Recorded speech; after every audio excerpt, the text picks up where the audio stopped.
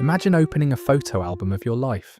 You turn the first page expecting to see your 5th birthday.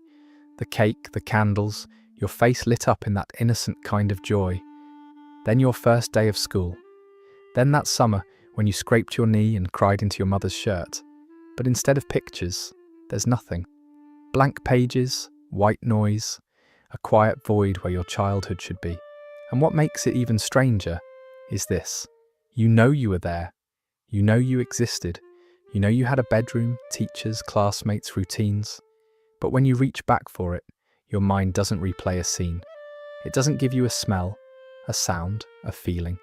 It gives you silence. So when friends start reminiscing, laughing about the games they played, the trouble they caused, the teacher they hated, you do what you've always done. You smile, you nod, you pretend to remember. Not because you're hiding something, but because you genuinely can't access those files. And if you've lived with this long enough, it eventually turns into a terrifying question you can't unthink. What is wrong with me? Did something terrible happen that I can't remember? Did I repress it? Or is my brain just broken? Here's what I need you to hear clearly. You are not alone, and you are not broken. For many people, missing childhood memories aren't a failure of the mind. They are a strategy, a survival decision made by a brain that had one job: get you through. In this video, we're going to decode the psychology of the missing past, what your brain erased, why it erased it, and how the blank pages may not be emptiness at all, but proof that something inside you fought to keep you alive. Let's begin.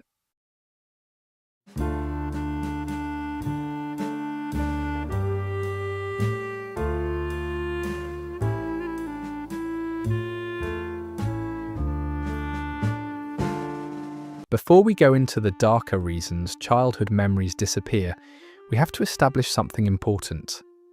Forgetting the earliest years of your life is normal. If you can't remember your 2nd birthday party, or what you did on a random Tuesday when you were 3, that doesn't mean anything is wrong. That's not repression. That's not trauma. That's biology. Psychologists call it infantile amnesia, the near universal fact that most people can't recall clear, detailed memories from the first years of childhood. And for a long time, scientists were confused by this, because a 3-year-old can learn language, they can build attachments, they can absorb rules, habits, social cues, yet years later, they can't remember what their own life felt like. The reason is that the brain's memory system is still under construction. Deep inside your brain is a structure called the hippocampus. Think of it as your internal librarian. It takes the raw footage of daily life, sounds, faces, emotions, and files it into long-term storage. But in early childhood, that librarian is still training. The hippocampus doesn't fully mature until around age 7, and during those early years, the brain is rapidly building new neural pathways. That growth is powerful, but it also makes memory storage unstable. It's like trying to archive a library while the shelves are still being built.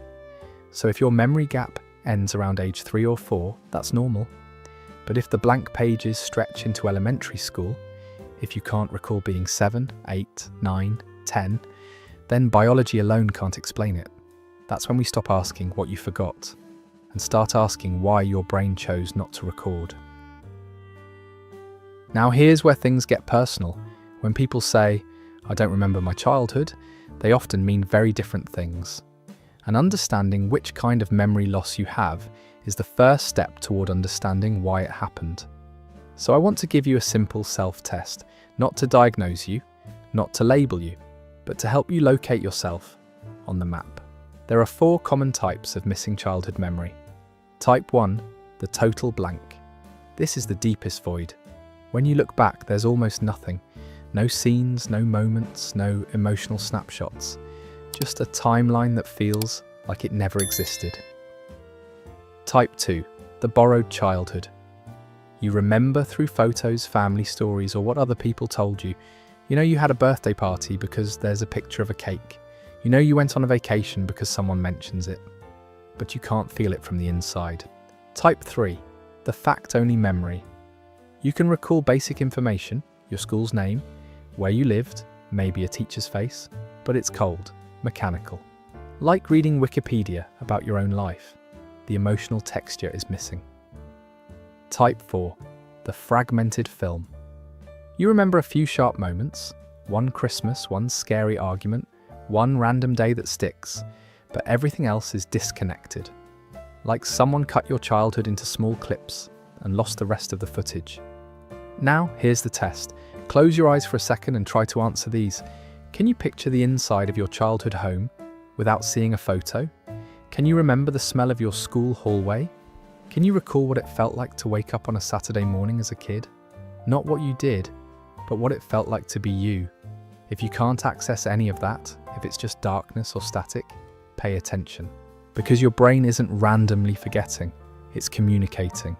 And the type of missing you experience often points directly to the mechanism behind it, whether it was survival, emotional shutdown, chronic stress, or something even more silent.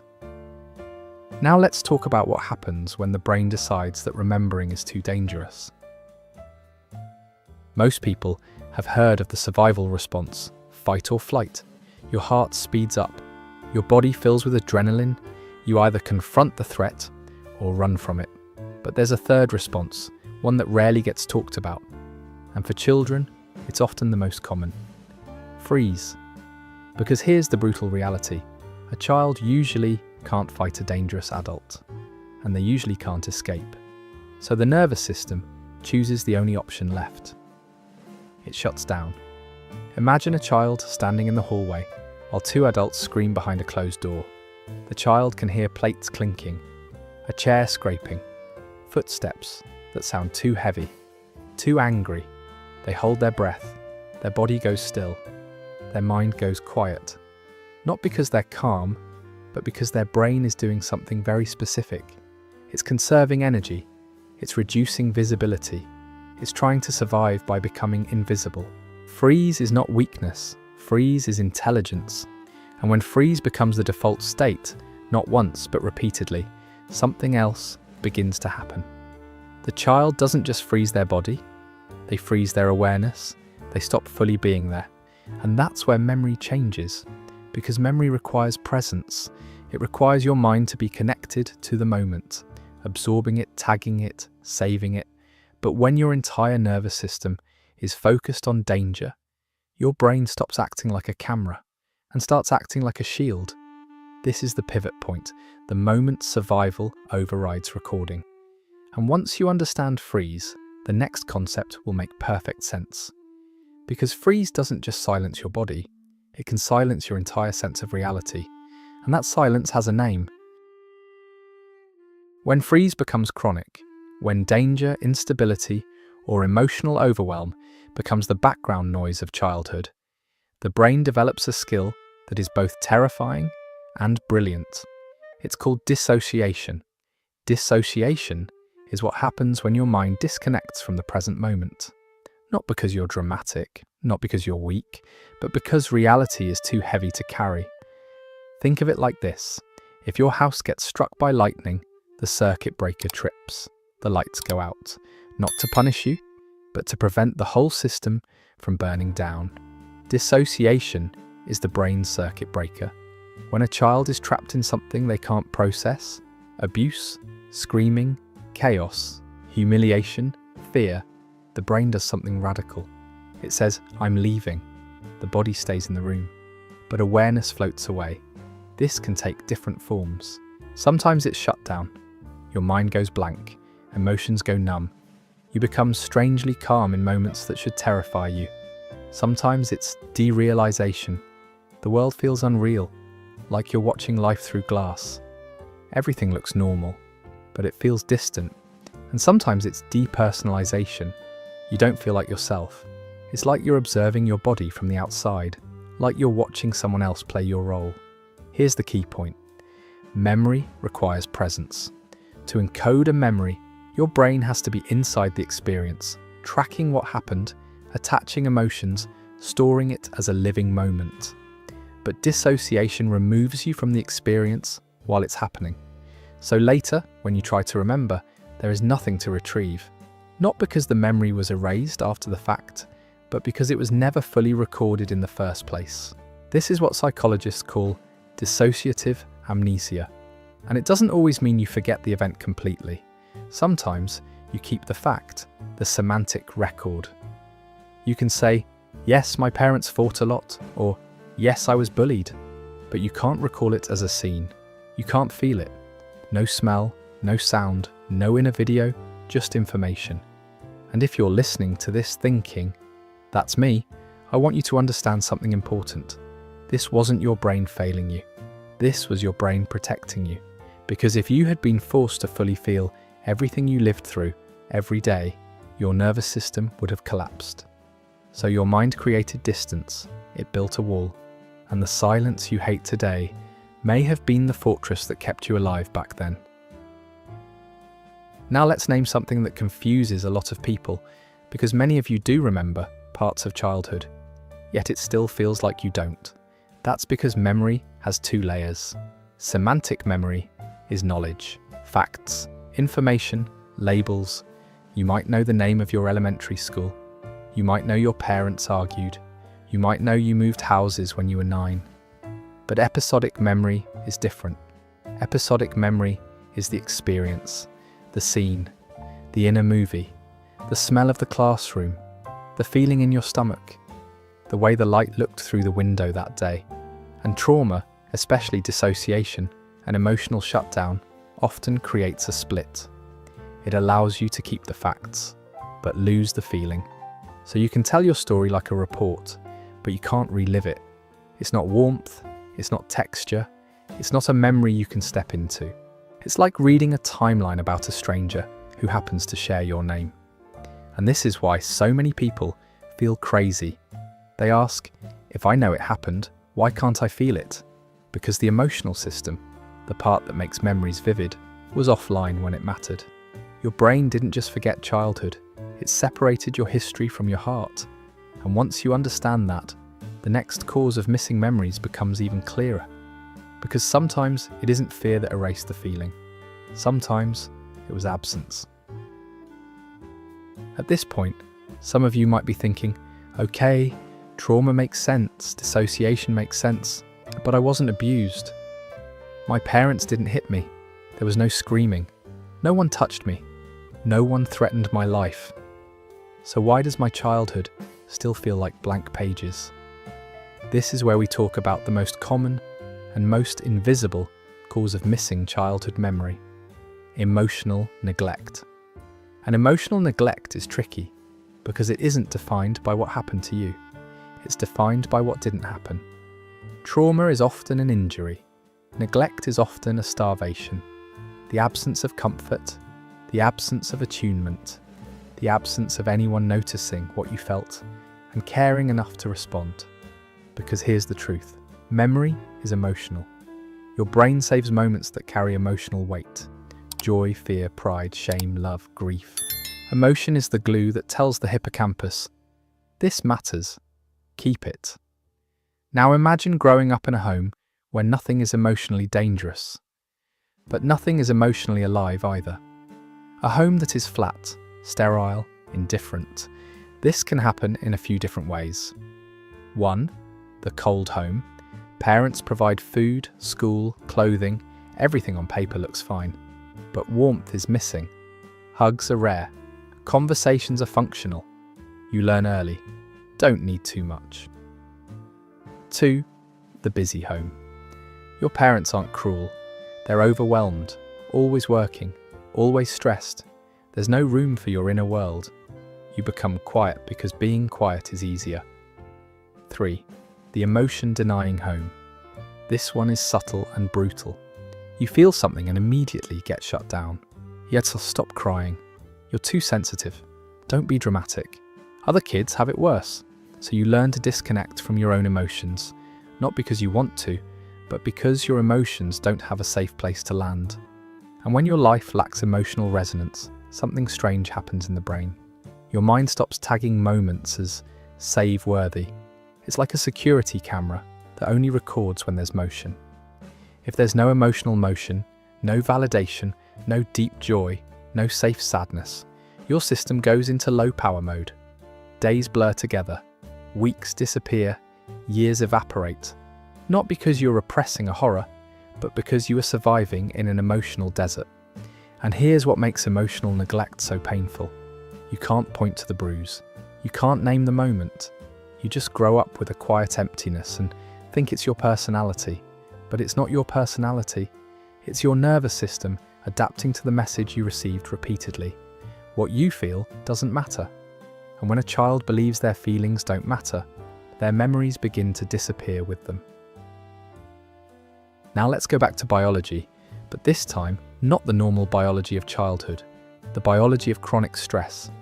Because even if there was no single traumatic event, living in a home that felt unpredictable can slowly rewire a developing brain. Maybe your parents argued constantly. Maybe there was addiction. Maybe money was always tight. Maybe you had to read the room before you spoke, just to avoid setting someone off. When a child lives like this, the body releases stress hormones, especially cortisol. In small doses, cortisol is useful. It helps you focus. It helps you react quickly.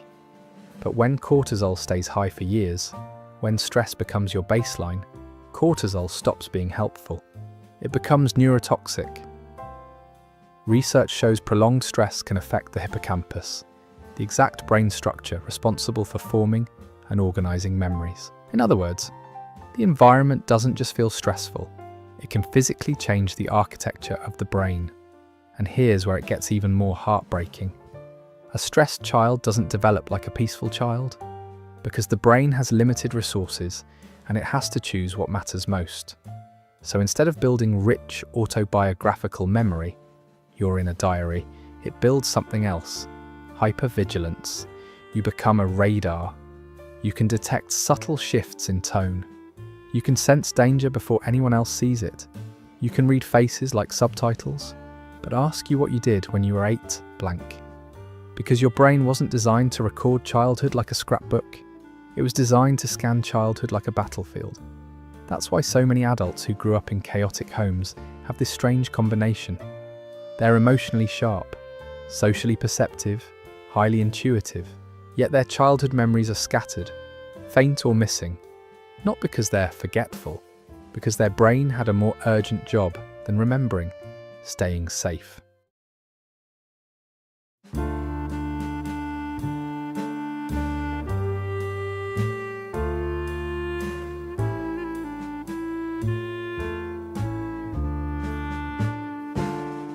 And here's the part that makes everything click for a lot of people. Even when your mind can't remember, your body might. You may not have pictures of childhood in your head, no scenes, no clear stories, but put you in the right situation and suddenly your body reacts like it's back there. A raised voice and your chest tightens, a slammed door and your stomach drops, a certain tone of disappointment and your throat closes like you're about to cry, even though nothing big happened. This is called body memory. Trauma isn't only stored as images. Sometimes it's stored as sensations, as reflexes, as survival wiring. So if you've ever told yourself, "I don't know why I'm like this," but your nervous system keeps responding as if danger is near, that doesn't mean you're broken. It means your body has been speaking a language your mind had to forget. And once you understand that, you stop chasing lost scenes and start listening to what your body has been trying to protect. So if your childhood feels like blank pages, hear this. You are not defective, you are adaptive. Sometimes the brain forgets because remembering would have been too dangerous. Sometimes it forgets because nothing felt safe enough to save. And healing doesn't always mean recovering every memory. Healing can simply mean understanding why the pages went blank and learning to create safety, connection, and emotional life now. Because the first chapter of your story might be written in invisible ink, but the pen is in your hand today. If this resonated with you, leave a comment. Which of the 4 memory types fits you best? And subscribe for more deep dives into the hidden psychology of the human mind. Thank you for watching.